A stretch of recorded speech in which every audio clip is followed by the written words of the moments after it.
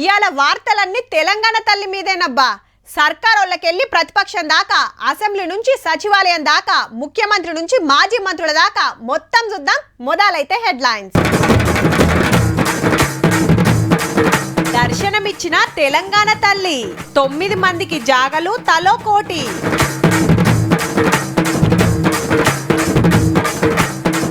Power రాగానే పక్క తీసేస్తారట, పాత విగ్రహం ఓపెనింగ్ లా మాట.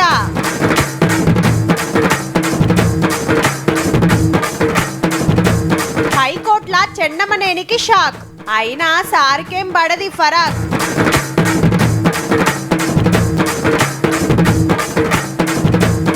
మంచువారింట ఆస్తుల మంట, కేసుల దాకా పోయింది కొట్లాట. మన తెలంగాణ రాష్ట్ర పిట్టే పాలపిట్టే, మన తెలంగాణ రాష్ట్ర పువ్వు తంగెడు, మన తెలంగాణ రాష్ట్ర చెట్టు జమ్మి చెట్టు, మన తెలంగాణ రాష్ట్ర పండు మామిడి, మన తెలంగాణ రాష్ట్ర ఆట కబడ్డీ, మన తెలంగాణ రాష్ట్ర భాష తెలుగు ఉర్దూ, మన తెలంగాణ రాష్ట్ర పాట జయ జయ హే తెలంగాణ. ఇక మన తెలంగాణ తల్లి రూపం ఇగో గిది.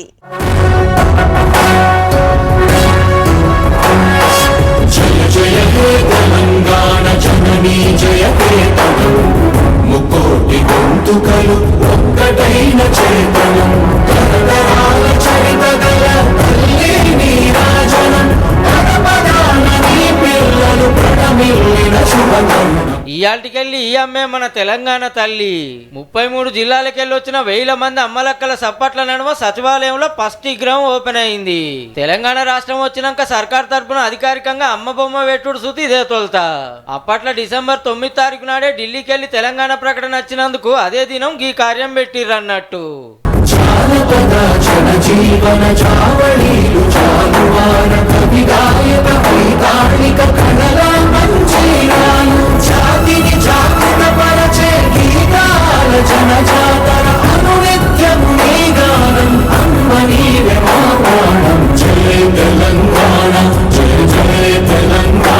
తెలంగాణ రాష్ట్ర గీతం రాసిన అందశ్రీ సార్ కు సన్మానం చేసిండ్రు సర్కారోళ్ళు.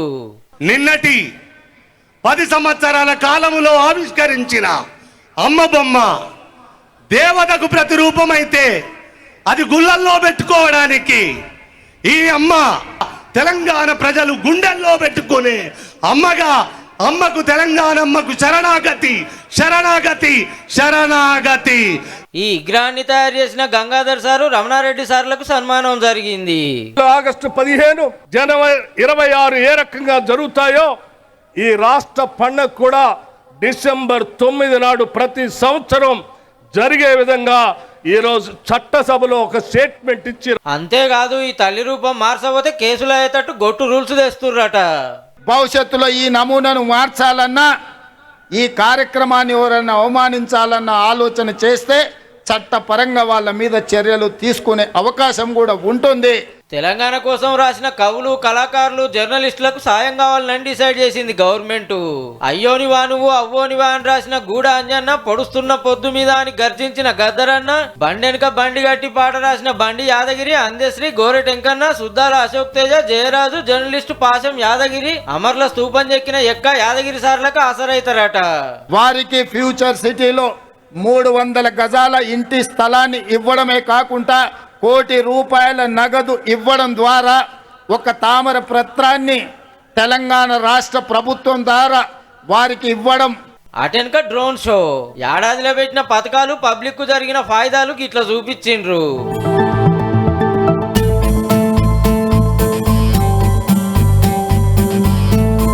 పటాకులు కాల్చినాక మ్యూజిక్ డైరెక్టర్ తమన్ ఆటపాటల షో నడిచింది. దేశానికైనా రాష్ట్రానికైనా సర్కార్ ఓకే వేసిన ఆట పాట పువ్వు చెట్టు పండు కాయ రూపం ఒకటే ఉంటది. ఇంకోటి ఉన్నదంటే గవర్నమెంట్ లెక్కల అది చెల్లనట్టే. అంటే ఎవ్వల తుర్తి కోసం వాళ్ళు ఇంకేదైనా అనుకోవచ్చు. మనకు మనం అనుకుంటే ఏం ఫాయిదా అని నచ్చినా నచ్చకున్నా అధికారికంగా గుర్తింపు ఉన్నదాన్నే ఫాలో అవుతారు. అయితే ఇన్నేండ్లు మన రాష్ట్రానికి తెలంగాణ తల్లి లేకుండే బీఆర్ఎస్ పార్టీలు తయారు చేపించిన దానికేమో గుర్తింపు లేకపాయే. ఇవాళ కొత్త విగ్రహానికి గుర్తింపు వచ్చినాక మనోళ్ళ ముచ్చట గిట్లుందబ్బా. అరేవా సచివాలయంలో కొత్త తెలంగాణ తల్లి, మేడ్చల్ బీఆర్ఎస్ ఆఫీస్ లో పాత తెలంగాణ తల్లి. ఈడ ముఖ్యమంత్రి సార్ ఓపెనింగ్ చేసిన వాళ్ళకి ఆడ మాజీ మంత్రి గారు చాలు చేసిండ్రు. సర్కారు పోటీ కార్యం అన్నట్టు. ఇది పబ్లిక్ నడుమ, అది పార్టీ వాళ్ళ నడుమ. గమ్మత్ ఏందంటే పవర్లున్న 10 ఏళ్లలో ఒక్కటంటే ఒక్క ఎగిరం కూడా పెట్టలే ఏడా.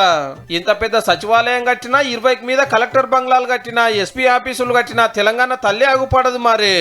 ఆ కాంగ్రెస్ తల్లిని కూడా సకల మర్యాదలతో మీ గాంధీ భవన్ కే పంపించడం ఖాయం ఖాయం ఖాయం. ఇది రాసి పెట్టుకో. ఈ రోజు కాంగ్రెస్ ప్రభుత్వం చేసిన అపచారానికి నిరసనగా రేపు మొత్తం రాష్ట్ర వ్యాప్తంగా పాలాభిషేకాలు చేద్దాం, అవసరమైతే పంచామృతాభిషేకాలు చేద్దాం. ఇక కవితక్క మాట ఏందంటే అది తెలంగాణ తల్లి కాదు, కాంగ్రెస్ తల్లి అని చాటి చెప్తా ఉన్నారు. బతుకమ్మను కూడా మాయం చేయడం, మా బతుకు లాగం చేయడమే అవుతుందని మేము తెలియజేస్తా ఉన్నాం. పొద్దుగాల అమర్ల స్తూపం కాడ నివాళులర్పించి అంగీలు మార్చుకున్నారు గులాబీ ఎమ్మెల్యేలు, ఎమ్మెల్సీలు. 7 అసెంబ్లీకి వస్తుంటే పోలీసులు గేట్ కాడనే ఆగబట్టిండ్రు.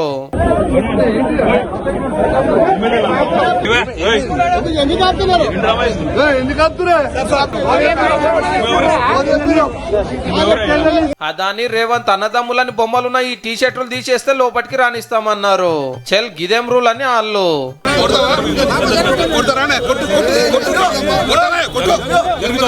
తెలంగాణ గడ్డ మీద ఇదేం పద్ధతి? ఇతనే కిసర బసర నడిచింది జరసేపు.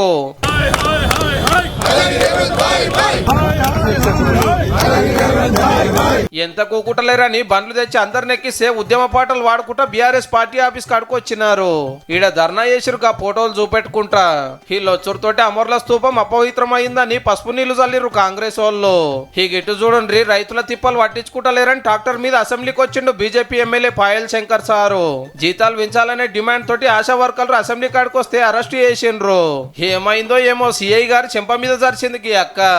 ఎన్నికలు శాసనసభకు ఎప్పుడు జరిగినా గంటా పదంగా చెప్తున్నా 90 నుంచి 100 సీట్లతో తిరిగి కేసీఆర్ గారు ముఖ్యమంత్రి కావడం ఖాయం ఖాయం ఖాయం. రాజకీయంలో పదవులు రావాలంటే మామూలు ముచ్చట కాదబ్బా. ఏండ్లకేండ్లు ఏటింగ్ చేయాలి, పార్టీల పతార సంపాదించాలి, బలగం చూపియాలి, బలం పెంచుకోవాలి, నోరుండాలి, తిట్టాలి, పొగడాలి, హో ఇట్లా ఎన్నో ఉంటాయి. కానీ కొందరు లీడర్లను పార్టీలు దేవులాడుకొని మరి పదవులు ఇస్తాయి. వాళ్ళ పోరాటం అట్లుంటది. మళ్ళా నసీవ్ అంటే కృష్ణన్నదే పో. రాజ్యసభకు రాజీనామా పెట్టి 2.5 నెలలు అయిందో లేదో మళ్ళీ అదే సభలకు పోతాండు.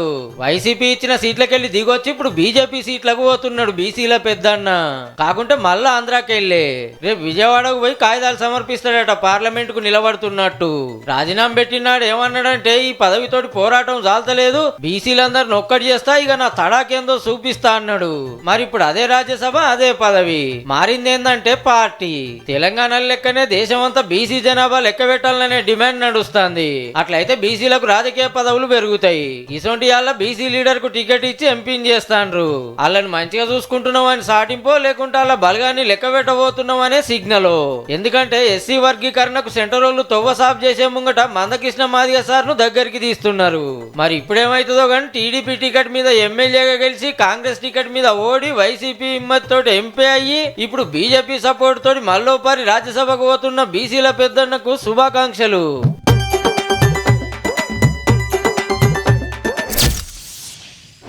అసెంబ్లీ శీతాకాల సమావేశాలు ప్రారంభమయ్యాయి. ఈ సమావేశాల్లోనే పంచాయతీరాజ్ చట్ట సవరణ bill, records of right ROR బిల్లును ప్రభుత్వం ప్రవేశపెట్టనుంది. అలాగే రైతు భరోసా మార్గదర్శకాలు చర్చకు వచ్చే అవకాశం ఉంది. రుణమాఫీ, 6 గ్యారంటీలపై ప్రభుత్వాన్ని నిలదీయాలని ప్రతిపక్షాలు వ్యూహాలకు పదును పెడుతున్నాయి. ఫస్ట్ నాడు ఈడ అసెంబ్లీలా ఆడ మండలిలా మొత్తం తెలంగాణ తల్లి మీదనే నడిచింది చర్చ. అందరికి తెలియని ముచ్చటేందంటే ఇప్పటిదాకా ఏ విగ్రహానికి అధికారికంగా గుర్తింపే లేదు. ఎవరికి నచ్చినట్టు వాళ్ళు పెట్టుకురాట. ఒక వ్యక్తి, ఒక కుటుంబము, ఒక పార్టీ ఆలోచననే 4 కోట్ల తెలంగాణ ప్రజలన్న ఆలోచన, భావన సమంజసం కాదు. పలు రూపాలు ఇప్పటికే జనబాహుల్యంలో ఉన్నాయి. వాటిలో దేనికి ఇప్పటి వరకు అధికారిక గుర్తింపు లేదు. మేధావులు, కవులు, ఉద్యమకారులతో మాట్లాడి అందరు సలహాలతోటి ఇప్పుడు తయారు చేసిండ్రట. దేవత గుడిలో ఉంటుంది, తల్లి మన ఇంట్లో ఉంటుంది, మనం తల్లి ప్రతిరూపమే పెట్టుకోవాలని చెప్పి వాళ్ళందరూ సూచన చేసి మంత్రులు, కాంగ్రెస్ ఎమ్మెల్యేలు అంతా మంచిగున్నదని తారీఫ్ చేసిండ్రు. ఎప్పుడు ఎవరు ఆపదలో ఉన్నా కానీ తల్లి సుభిక్షంగా ఉండు బిడ్డ అని చెప్పి ఆశీర్వదించే విధంగా, ఆపన్న హస్తం కూడా చూపించే విధంగా కేటీఆర్ చెల్లికి దేవతా విగ్రహ రూపాన్ని ఇచ్చుకుంటే ఎట్లా ఉంటుందో ఆ రకమైనటువంటి విగ్రహాలను వాళ్ళు పెట్టుకొని దాన్ని తెలంగాణ తల్లిగా వాళ్ళు ఇన్ని రోజులు ప్రజల మీద రుద్దిండ్రు. ఆ తెలంగాణ తల్లి ప్రతిరూపాన్ని చూస్తే నాకు మా నాయనమ్మ గుర్తొస్తుంది. అన్ని కలెక్టరేట్లలో, అన్ని ఎస్పీ ఆఫీసుల్లో, మండల స్థాయిలో ఉన్న ఆఫీసుల్లో కూడా ఈ విగ్రహాలు ప్రతిష్ఠించాలని, ఆకుపచ్చని చీరలో నిండు ముత్తైదవులాగా ఎప్పుడైతే టీఆర్ఎస్ నుంచి బీఆర్ఎస్ మార్చుకున్న వాళ్ళ పని గోవింద మంగళం అయింది. ఎక్కడ ఉంటుంది ఇక ప్రతిపక్షాలను అడిగితే విగ్రహంలో తెలంగాణ తల్లి తలపై బతుకమ్మ ఉంటే బాగుంటుండేనేమో. బంగారు ఎప్పుడు బంగారు మెడలు, లేకపోతే బంగారు వడ్రాణాలు, లేకపోతే ఇటువంటి కాదు కదా. సామాన్యులకు అందుబాటులో ఉండే రూపమే తల్లి రూపం. అస్తం అంటే వారు అభయస్తం అన్నారు, నేనేం ఆశీస్సులు అంటున్నాను. బతుకమ్మ తల్లిని పెడితే బాగుండేది. ఆ చేతి అస్తం పెట్టుట్లా తెలంగాణ ప్రజలందరూ కాంగ్రెస్ తల్లి అంటున్నారు అధ్యక్ష. ఈ ముగ్గురు ఎమ్మెల్సీలు కూడా తారీఫ్ చేశారు తెలంగాణ తల్లిని. నిరాడంబరంగా ఆత్మగౌరవంతో నిత్య జీవితంలో మనం చూసే మహిళలకు ఒక ప్రతీకగా ఉంటుంది. తెలుగు తల్లి ఫ్లైఓవర్ అని ఉంది అధ్యక్ష. దాన్ని దయచేసి తెలంగాణ తల్లి ఫ్లైఓవర్ గా మారిస్తే సంపూర్ణంగా ఉంటదని చెప్పి. పచ్చ చీరలో నాకు ఇంకోటి కనిపించింది. ప్రగతి కనిపిస్తుంది, పచ్చదనం, పంటలు కనిపిస్తున్నాయి. నడుం చుట్టూ తిప్పింది శ్రమకు తార్కాణం, పట్టుదలకు తార్కాణం. ఇక ముందు ఏ గవర్నమెంట్, ఏ పార్టీ అధికారంలోకి వచ్చినప్పుడు కూడా ఈ తల్లిని మార్చకూడదు అనేటటువంటి నిర్ణయాన్ని తీసుకొని అమలు పరచాలంటాను నేను. మరి కారోళ్ళు అగుపార్తలేరేందని చూస్తున్నారా? దాన్ని రేవంత్ రెడ్డి అన్నదమ్ములన్నీ అంగిలేసుకొని అసెంబ్లీకి వస్తుంటే రూల్స్ ప్రకారం ఇట్లా రావద్దని ఆపేసిరు పోలీసులు. ఏపట్లేకొచ్చి తెలంగాణ తల్లి మీద మాట్లాడితే అయిపోవు గాని జిజ్జు వేసి చర్చకే దూరంగా ఉన్నారు.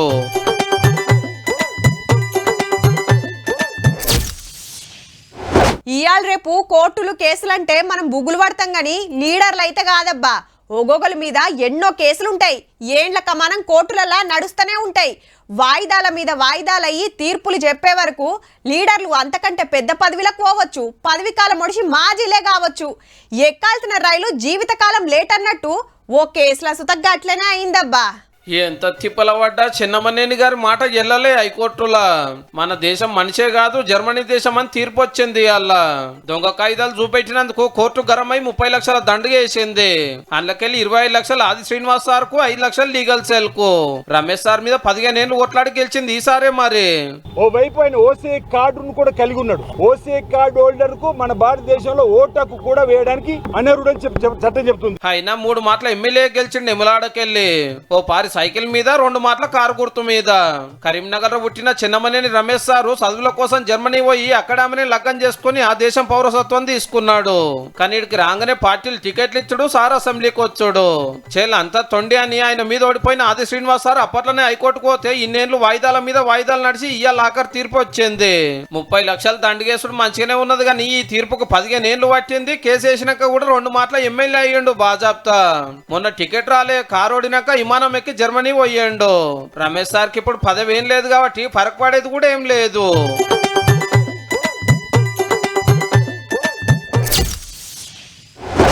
చల్ గాయన చెప్తే నేనల్నా? ఇంటికి పెద్దోడిని నేనా వాడా? కష్టం నాది, పొత్తు వానిక. గట్లెట్లా కుదురుతుంది? ఊర్లున్న ఎకరం భూమి నాకు, పట్నంలో ప్యాలెస్ వానిక. వాణ్ణి చదివిచ్చి అమెరికా పంపిండ్రు, నన్నేమో అరకదున్న పెట్టిండ్రు. ఆస్తుల సమానం ఎట్లా అడుగుతాడు? ఇగో గిట్లుంటాయి అన్నదమ్ముల పంచాదులు. తిట్టుకునుడు, కొట్టుకునుడు, ఆఖరికి స్టేషన్ల కేసుల దాకా పోతుంటాయి. కానీ మనమే కాదుల్లో, గీల కథ గట్లనే ఉన్నది. మంచువారి ఫ్యామిలీలో ఆస్తుల మంట కొట్టి ఫైటింగ్ లో దాకా పోయింది. మా డాడీ నన్ను కొట్టిండని చిన్న కొడుకు మనోజ్ అన్న పోలీస్ కంప్లైంట్ ఇచ్చి దవాఖానకు పోయి వైద్యం చేయించుకున్నాడు. ఏమైంది సార్ అని పోలీసు వాళ్ళు వచ్చి మోహన్ బాబు సార్ని అడిగితే చిన్న కీసులాట, మేమేం మాట్లాడుకుంటామని పంపించేసిండట. పెద్ద కొడుకు విష్ణన్ననేమో బయట దేశంలో ఉన్నాడట. సిటీ శివాలున్న జల్పల్లి ఫామ్ హౌస్ లో లొల్లి నడుస్తుంటే అన్నదమ్ములు ఇద్దరు చెరో 30-40 మంది బౌన్సర్ పైల్ వాళ్ళని దింపారు. చూసుకుందామంటే చూసుకుందాం అన్నట్టుగానే. తోడబుట్టిన వాళ్ళు గిట్ల పుస్తీలకు తయారైతుండే వరకు మంచు లక్ష్మక్క పోయి మాట్లాడినా ఎవ్వరు తగ్గుతలేరట. మోహన్ బాబు సార్ కి బాగానే ఆస్తులు ఉన్నాయి. ఇద్దరు కొడుకులకు వంచే కాడ లొల్లి పుట్టినట్టు ఉంది. అయితే అన్నదమ్ముల నడుమ ఫస్ట్ సందే మంచిగా లేదు. ఓపారు గిట్లనే కొట్టుకుంటే పుత్రకిచ్చిండ్రు. ఈడ హీరోల ఫ్యాన్స్ తెలుసుకోవాల్సింది ఏంటంటే ఇంటింటికి మట్టిపోయే. మొగిలయ్య కొడుకులైనా మోహన్ బాబు కొడుకులైనా ఒకటే. చిన్నోళ్ళై లక్షల పంచాదులు, పెద్దోళ్ళై కోట్ల పంచాదులు. వీళ్ళు సెలబ్రిటీలు కాబట్టి టీవీలకు వాడతా, కడమదంతా సేమ్ టు సేమ్. సినిమాలో ఎన్నో ఉత్తమ తీర్పులు ఇచ్చిన పెద్దరాయుడు ఇంటి పంచాయతీని ఎట్లా తశ్వ చేస్తాడో చూడాలి మరి.